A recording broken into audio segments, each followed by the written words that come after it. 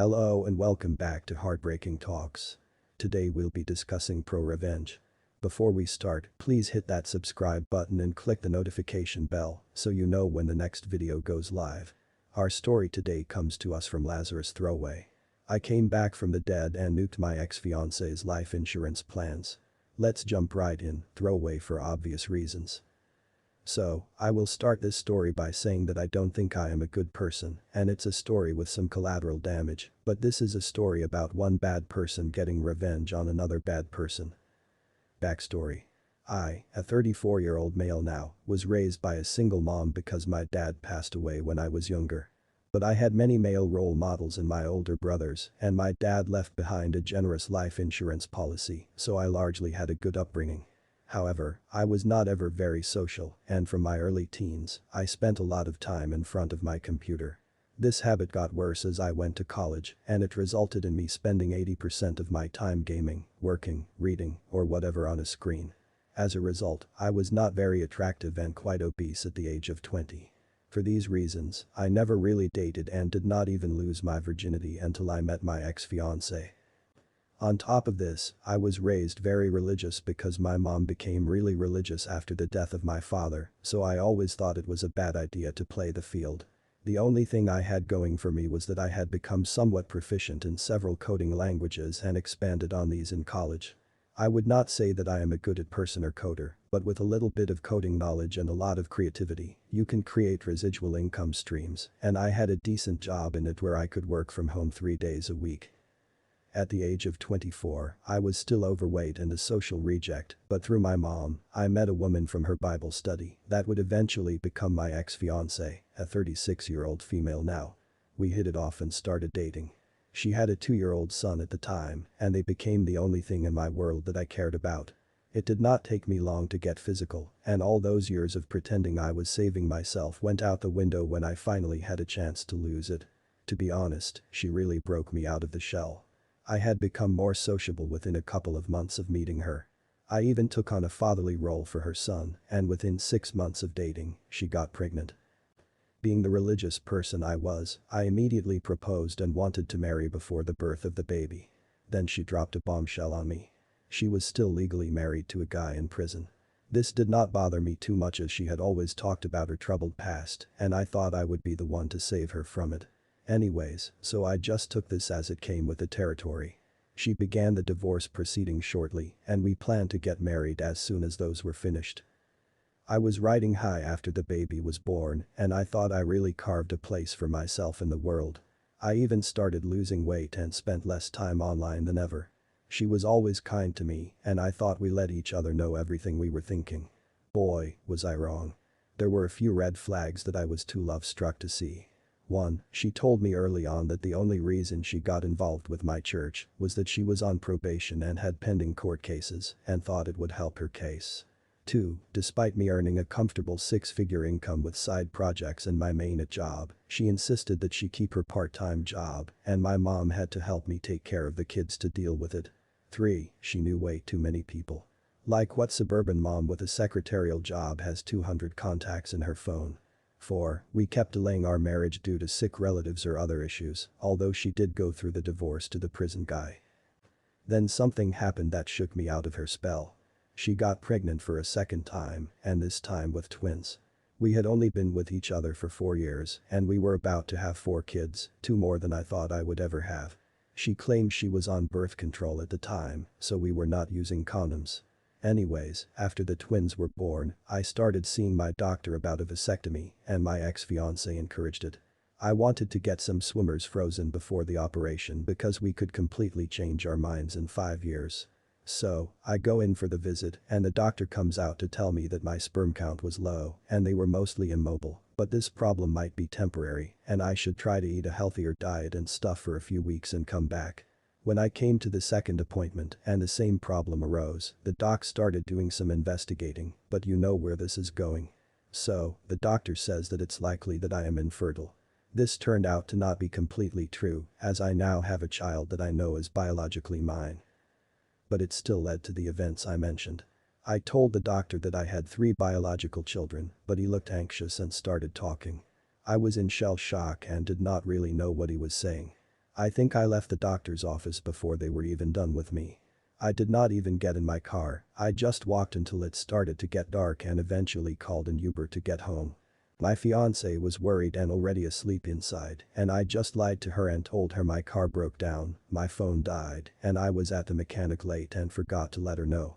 I fell asleep and woke up the next day and immediately got on the computer to research similar stories and started to give myself false hope.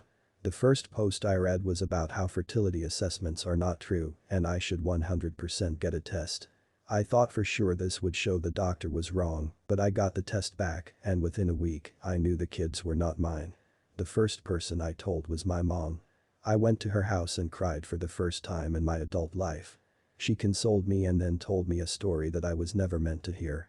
Essentially, I am the product of an affair myself and that dad actually died from an overdose on pain meds after he found out. Well, I don't know why the F my mom thought this would comfort me, but in reality, it just gave me an unhealthy view of women for a while.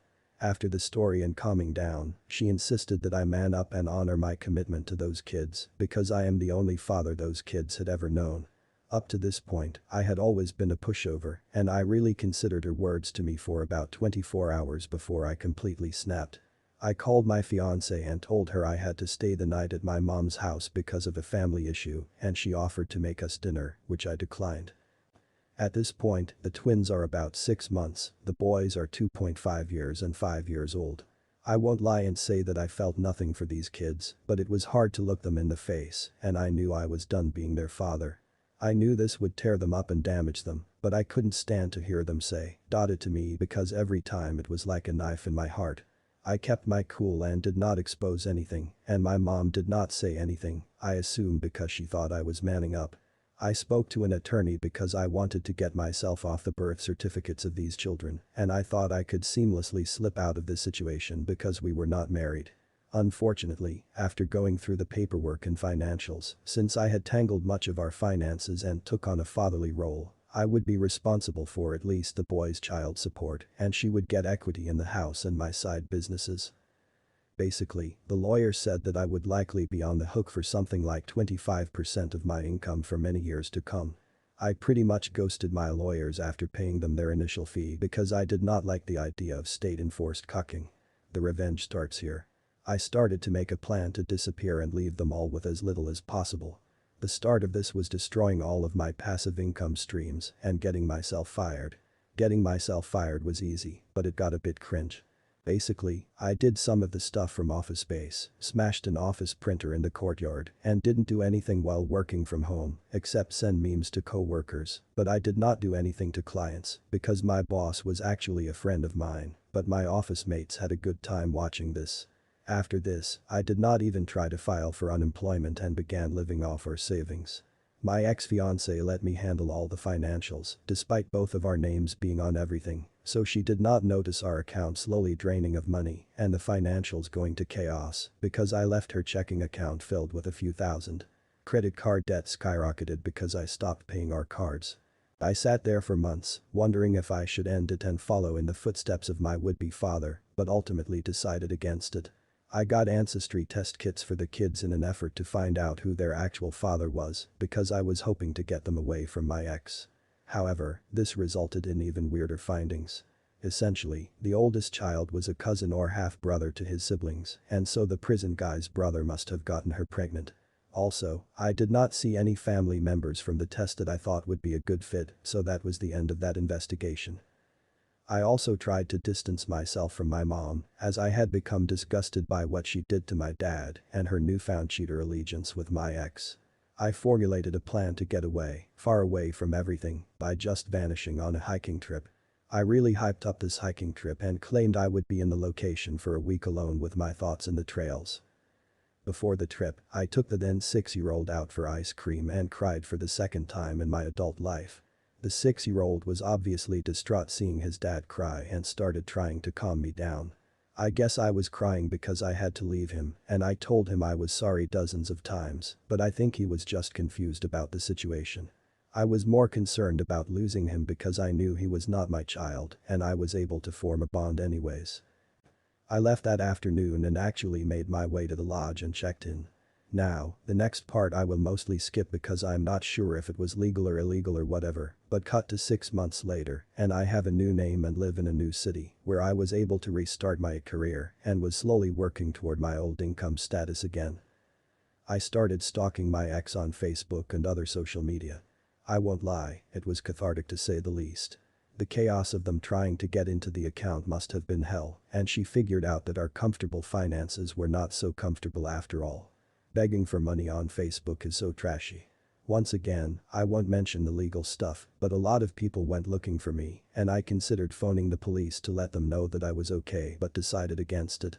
Eventually, I had to pay a hefty fine for this, but it was well worth it. I worked on myself for a long time and got into great shape, lost my religion, and descended into a hedonistic lifestyle. I became unrecognizable. I continued stalking this woman for about a year when I heard she was dating a new guy and got pregnant almost immediately. Of course, my mom was still in her life taking care of my supposed children while she was doing God knows what.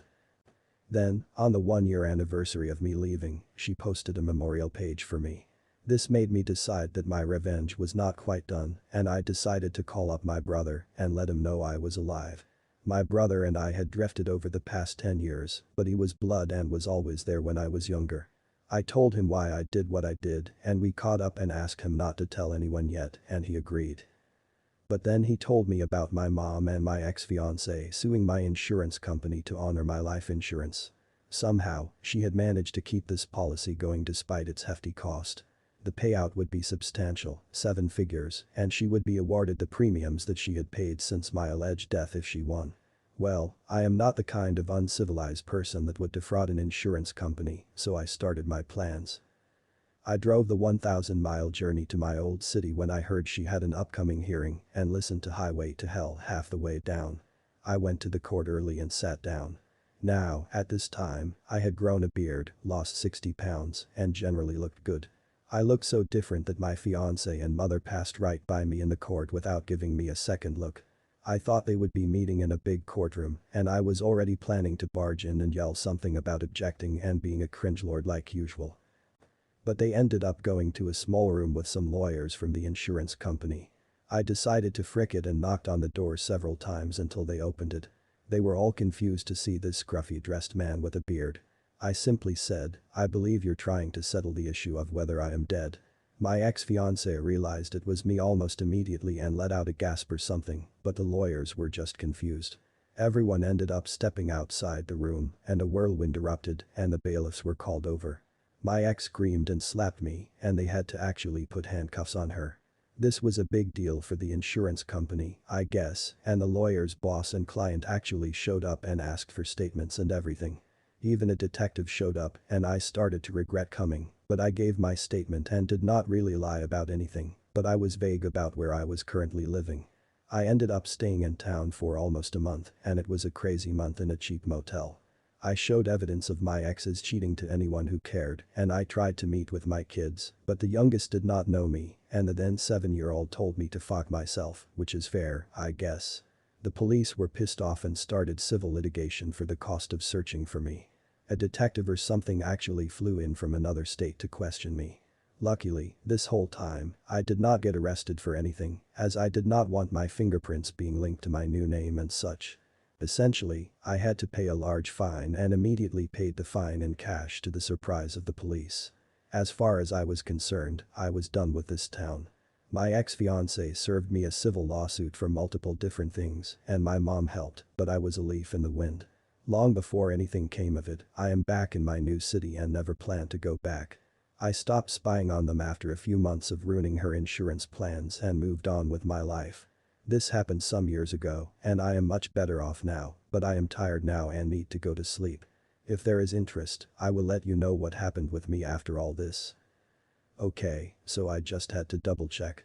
Yep, this was posted in pro-revenge, although I think it's quite equal parts nuclear revenge, and that happened. I, for one, would love to see an update on this story. Let me know what you guys think in the comments section down below.